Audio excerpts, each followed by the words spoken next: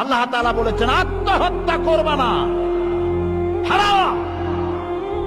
যে ব্যক্তি আত্মহত্যা করে তার জানাজা কোন আলেম তার জানাজা পড়াবে না। সামান্য সলিমুদ্দিন কসিমুদ্দিন জাতীয় কয়েকজন লোক যাবে, আর একটা মুয়াজ্জিন জানাজা পড়ায় কবরে ধুয়ে দেবে।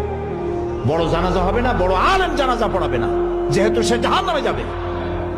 আত্মহত্যাকারী কোথায় যাবে?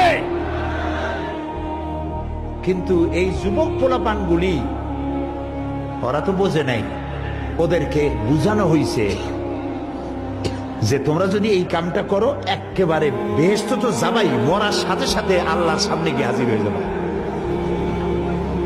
আপনারা ক্যারাম বোর্ড খেলা নিশ্চয়ই দেখেছেন অনেকে। আর ভাই কইতে লজ্জা কি, আমিও তো খেলছি ছোটবেলায় ক্যারাম বোর্ড খেলা। এটা কি কোনো গুনাহ নাকি? আমিও খেলছি। ক্যারাম বোর্ড খেলাটা কি? বোর্ডের উপরে কতগুলি এরকমের গুটি থাকে, একটা থাকে লাল, ঠিক না? এখন বোর্ডের উপরে এই গুটিটা আমি মারতেছি, সামনে আর একটা গুটি, কিন্তু সামনের গুটিটা আমার মূল টার্গেট না। এই গুটিকে ওটাকে হিট করবে, সে ধাক্কা খাইয়া মারবে লালটাকে, লালটা পড়ে যাবে পকেটে। কিন্তু যে লালটা পকেটে পড়লো ওই বেচারা জানলো না যে আসলে মূল ধাক্কাটা কে মারছিল। কাজী এই যে যুবক পোলাপানগুলি ইসলামের জন্য জীবন দিতে, জীবন দেওয়া সহজ ব্যাপার না।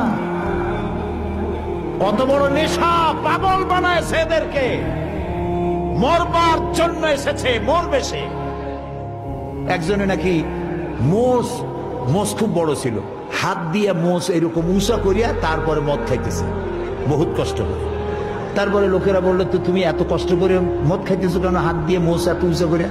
কয় যে ওলামাদের কাছে শুনেছি কিছু পান করার সময় মোষ ভিজলে তা নাকি মকরু হয়।